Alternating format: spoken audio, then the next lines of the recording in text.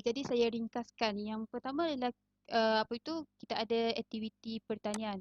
Aktiviti pertanian ni adalah sektor yang membekalkan makanan kepada penduduk dan juga boleh menyediakan bahan mentah untuk sektor pembuatan.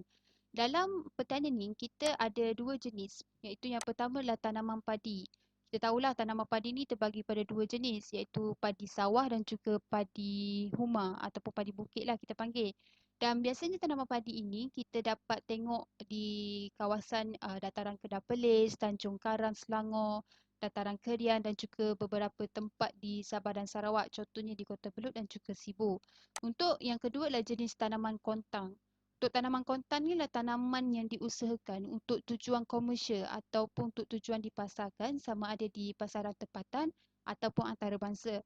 Contoh yang kita dapat lihat adalah tanaman macam kita ada nanas, kelapa sawit, getah, tebu, tembakau dan adalah lagi beberapa. Dan kawasan yang kita dapat tengok adanya contoh adanya kelapa sawit yang tanaman kontan ni adalah di Jeratut, Temeloh, Kota Tinggi ataupun Tawau. Okey, jadi apa faktor yang mempengaruhi sektor pertanian ni? Okey, yang pertama adalah keadaan iklim Malaysia dan juga tanah dia. Okey, Malaysia yang mempunyai iklim khatulistiwa ini, dia boleh menggalakkan lagi kegiatan pertanian. Contohnya getah, kelapa sawit, padi yang boleh kita lakukan sepanjang tahun. Dan macam kawasan tinggi di Cameron Highland tu, dia lebih sesuai untuk penanaman sayuran hawa sederhana dan juga adanya tanaman teh. Jadi kawasan yang lebih kering, kita lebih prefer ataupun lebih sesuai untuk penanaman tebu. Kalau tanah-tanah yang ada di Malaysia, contohnya tanah Pamah, dia lebih sesuai untuk penanaman padi sawah. Kalau macam tanah yang lebih beralung ni, dia lebih sesuai untuk tanaman kontang seperti kelapa sawit ataupun getah. Kalau macam tanah alluvium yang dekat lembah sungai tu, lebih sesuai untuk penanaman padi lah. Okay, yang kedua adalah faktor yang kedua adalah permintaan tinggi terhadap hasil pertanian. Okay, permintaan hasil pertanian daripada antarabangsa, daripada negara antarabangsa ini, dia boleh meningkatkan pendapatan negara melalui pengeksportan. Contoh macam getah, minyak, sawit.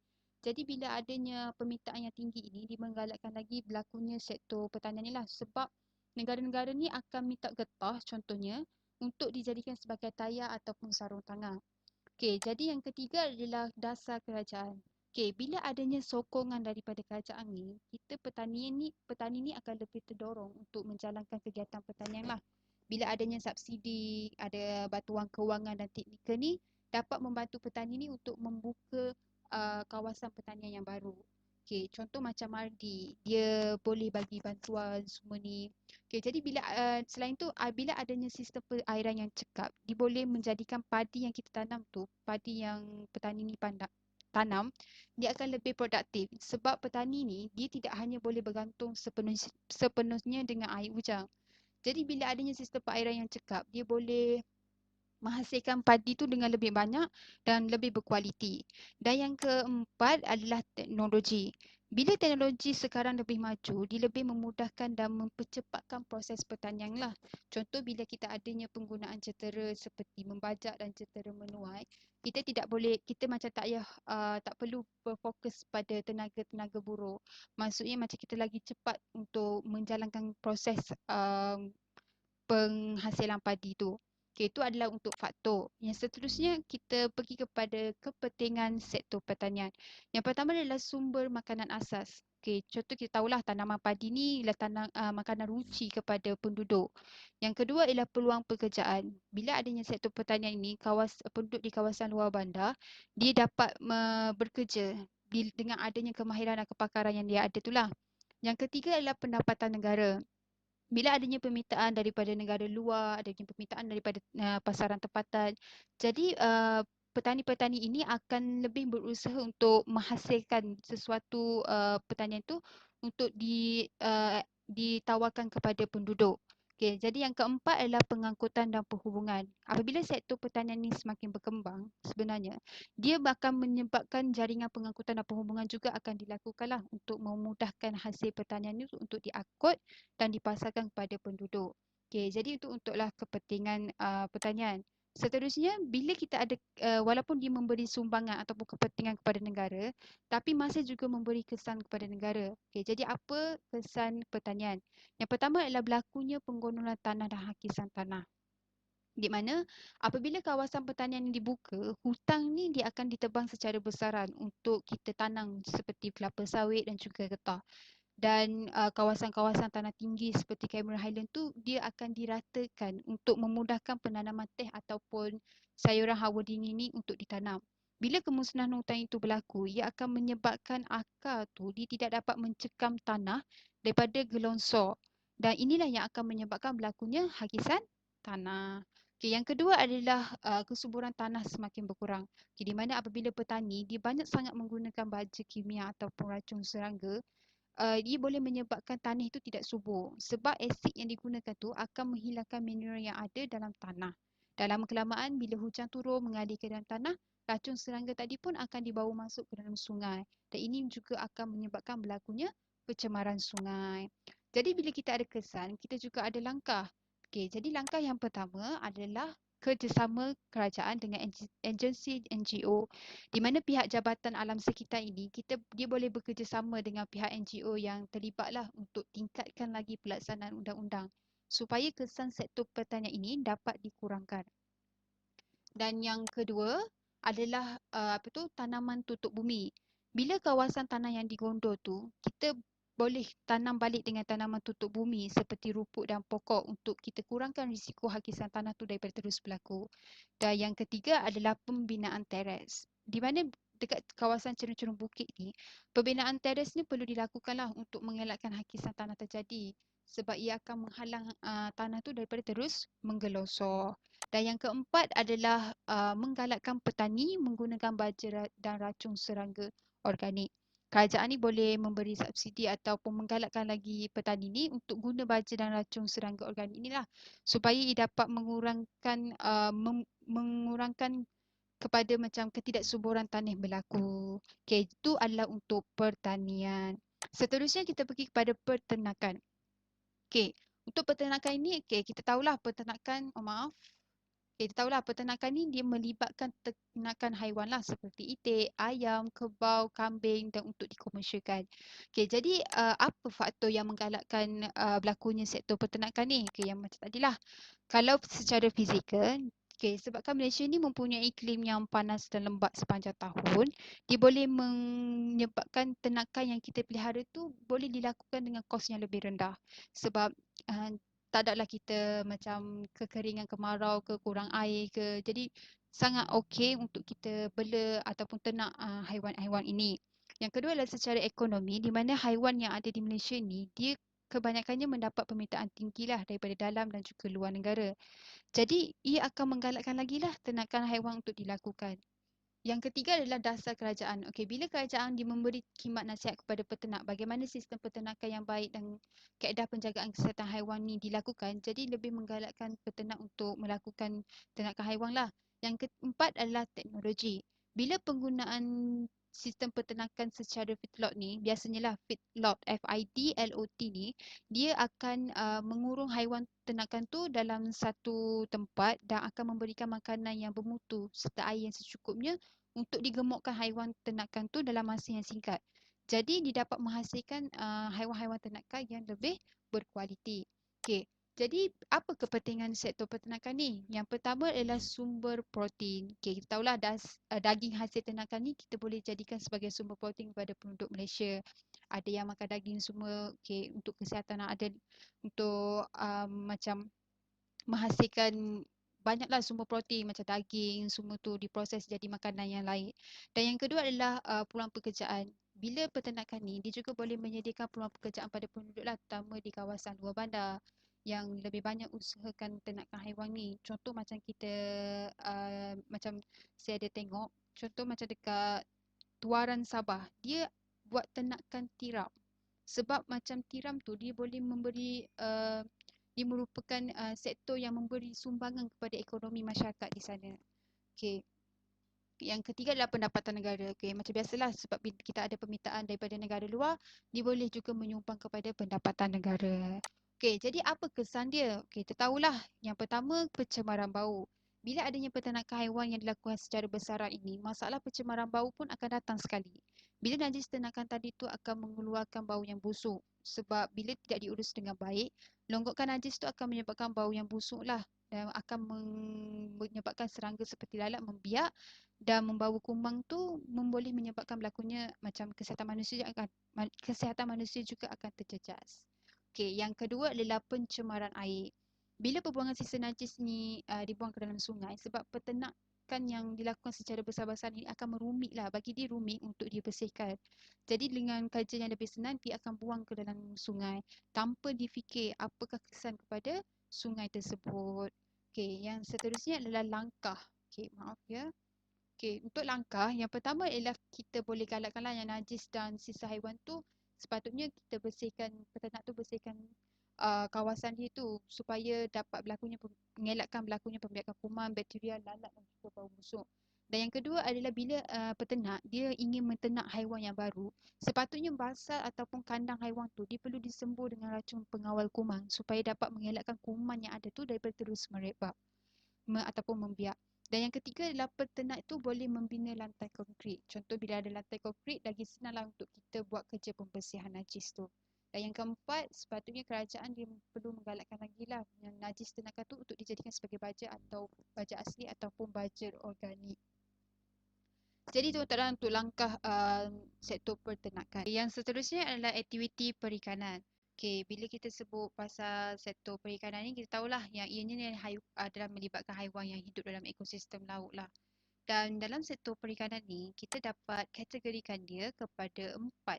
Yang pertama ialah perikanan air tawar. Air tawar ni dia diusahakan oleh petani dengan menggunakan peralatan seperti bubu, kail, jala dan lukah. Dan kawasan yang menjadi tempat penangkapan ikannya adalah macam dekat sungai, tasik, bayar dan kolam bekas lombong lah. Dan biasanya ikan yang kita dapat dekat kawasan ni adalah ikan keli, haruan, puyuh, kelah ataupun patin. Dan yang kedua adalah perikanan pinggir laut. Perikanan pinggir laut ini biasanya dijalankan di kawasan pantai lah yang jauhnya tidak melebihi daripada 32 kilometer daripada pantai. Sebab kalau jauh sangat bahaya untuk petani lah sebab dia guna bot nelayan yang kecil je kan. Jadi nelayan-nelayan ni dia akan membawa pukat hanyut, pukat tarik dan kail lah untuk tangkap ikan. Dan biasanya ikan yang ditangkap tu ikan kembung, ikan selah, tenggiri, cencaru, ketam dan juga udang lah. Dan yang ketiga ialah perikanan laut dalam. Untuk perikanan laut dalam ini, aktiviti tersebut dijalankan lebih daripada 32 kilometer lah daripada pantai dan nama pun perikanan laut dalam kan. Jadi makin jauh lah penangkapan nelayan ni. Jadi lebih luas, mereka ni akan menggunakan bot yang lebih besar untuk tangkap ikan. Sebab lebih dilengkapi dengan kemudahan macam dingin beku, dia ada radar yang membolehkan nelayan ni berlayar dalam tempoh masa yang lebih lama. Untuk yang keempat, kita ada aquaculture di mana peternakan ikan ni dijalankan secara intensif sebab lebih memerlukan penjagaan yang rapi dan pengetahuan yang khusus lah. Bila aquaculture ni, perikanan tu dijalankan di kawasan air tawar dan kawasan air payau, laut dan kawasan air tawar tadi ini, contohnya macam sungai, tasik bekas lombong, nelayan ni akan ternak ikan, contohnya macam ikan patik, ikan keli, tilapia merah. Dan kawasan air payau macam pinggir pantai ni nelayan akan lebih ternak ikan macam ikan kerapu, jenaha, ikan siakap, udang dan juga kupang. Jadi apa faktor yang menyebabkan menggalakkan lagi sektor perikanan ni? Yang pertama adalah fizikal. Di mana Malaysia ni kita tahulah kaya dengan pelatong yang menjadi tumpuan dan juga pembiakan ikan. Dan disebabkan negara kita ni mempunyai lokasi yang strategik, ia lebih sesuai untuk dijadikan sebagai lokasi perikanan. Contohnya kawasan tasik, kita ada empangan, sungai, sawah padi dan kolam bekas lombok. Dan yang ekonomi, bila permintaan terhadap sumber protein yang tinggi daripada dalam dan juga luar negara, ia boleh menyebabkan negara kita ni boleh mengkomersialkan sumber protein ini ke peringkat antarabangsa. Bila berkembang, adanya inovasi pemakanan yang menggunakan sumber protein ini. Contoh macam kita buat produk makanan seperti keropok ikan, sausage, nugget ikan, makanan protein yang ada ranting tu, dia lagi menggalakkan perkembangan ekonomi. Jadi yang ketiga adalah sosial. Di mana bila ramai penduduk yang tinggal di kawasan pinggir pantai, mereka ni mempunyai kemahiran yang sejak kecil lagi yang diturunkan oleh keturunan mereka. Jadi kemahiran yang mereka ada ni, mereka manfaatkan dengan bekerja sebagai nelayan. Dan yang keempat adalah dasar kerajaan. Bila adanya latihan ataupun pusat kemahiran yang ditawarkan oleh kerajaan ni, nelayan ni dapat didedahkan bagaimana cara penangkapan ikan dengan lebih sistematik dan yang menguntungkan. Contohnya macam Jabatan Perikanan kan, dia mengadakan latihan perikanan untuk nelayan dan penyediaan kemudahan kepada nelayan kecil ni menggalakkan lagi nelayan tu untuk mengusahakan sektor perikanan ni lah. Dan yang terakhir adalah teknologi. Bila adanya kemajuan teknologi, penghasilan kapal besar yang dilengkapi dengan peralatan moden ni membolehkan nelayan tu untuk tangkap ikan di kawasan yang lebih potensi lah dalam masa jangka yang panjang. Jadi bila adanya peralatan yang secukupnya seperti pukat tunda, echo sounder, ada radar dan juga GPS ni membolehkan nelayan tu tangkap ikan dengan lebih banyak lah. Dan kemudahan bilik dingin beku dan bekalan ais yang mencukupi juga membolehkan nelayan dalam kapal tu memastikan kualiti ikan tu terjamin. Maksudnya sentiasa segar. Okey, jadi apa kepentingan sektor perikanan ni? Yang pertama ialah menjana pendapatan negara. Di mana sumber protein yang ada ni banyak dipasarkan di pasaran tempatan lah. Malah ada yang dieksport ke negara luar. Jadi menyumbang kepada peningkatan pendapatan negara. Yang kedua ialah sumber protein. Macam tadilah menjadi sumber protein utama kepada penduduk. Banyak diinovasikan menjadi produk makanan. Dan yang ketiga adalah peluang pekerjaan di mana penduduk yang tinggal kawasan pinggir pantai ini mempunyai kemahiran yang mereka boleh manfaatkan untuk menjana pendapatan. Contoh macam negeri Terengganu kan dia banyak menghasilkan keropok lekor, sata, makanan-makanan daripada sumber protein ni. Dan yang keempat adalah industri berasaskan sumber. Okay, jadi bila adanya sektor perikanan ni, penduduk dapat memasarkan sumber protein ni untuk dijadikan makanan yang berinovasi lah seperti makanan yang dalam tank tu. Contoh ikan sardin macam sangat familiar dan macam seringlah dijadikan sebagai lauk untuk si isi keluarga. Okay, jadi apa kesan dia? Okay, yang pertama ialah menjejaskan pembiakan batu karang. Bila aktiviti perikanan dilakukan, nelayan ni dia akan membawa peralatan mereka untuk tangkap ikan. Jadi bila mereka menggunakan pukat atau jaring untuk menangkap ikan ni, kalau pukat tu tersangkut pada batu-batu karang, ia akan menjejaskan ekosistem tersebut lah.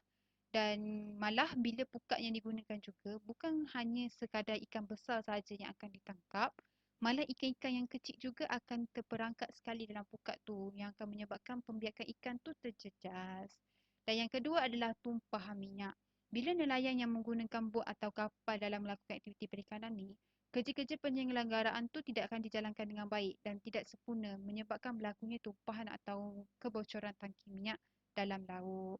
Dan ini akan mengganggu habitat dan rantaian makanan yang ada dalam laut tu lah. Okay, jadi apa langkah dia? Yang pertama, kerajaan boleh mewaterkan kawasan laut di mana untuk menjaminkan keberterusan ekosistem akuatik lah. Contoh macam dekat Pulau Terubu, Pulau Layang-Layang dan juga Pulau Redang. Dan yang kedua adalah pelarangan penggunaan pukat tunda. Kerajaan ni perlu meletakkan syarat sebenarnya dalam sektor perikanan untuk membolehkan keberterusan ekosistem tu terjaga. Bila ada larangan penggunaan pukat tunda, contoh macam kawasan laut yang kurang daripada 32 km daripada pantai ni, jadi ikan-ikan yang ada kat kawasan tu boleh membiak dengan baik. Dan yang ketiga adalah pengeluaran lesen dikawal. Kerajaan ni perlu mengawal pengeluaran lesen untuk penggunaan pukat tunda supaya ikan-ikan yang ada tu akan dijaga dengan baik dan tidak akan ditangkap maksudnya sewenang-wenangnya macam itu. Okay, jadi itu adalah untuk sektor perikanan.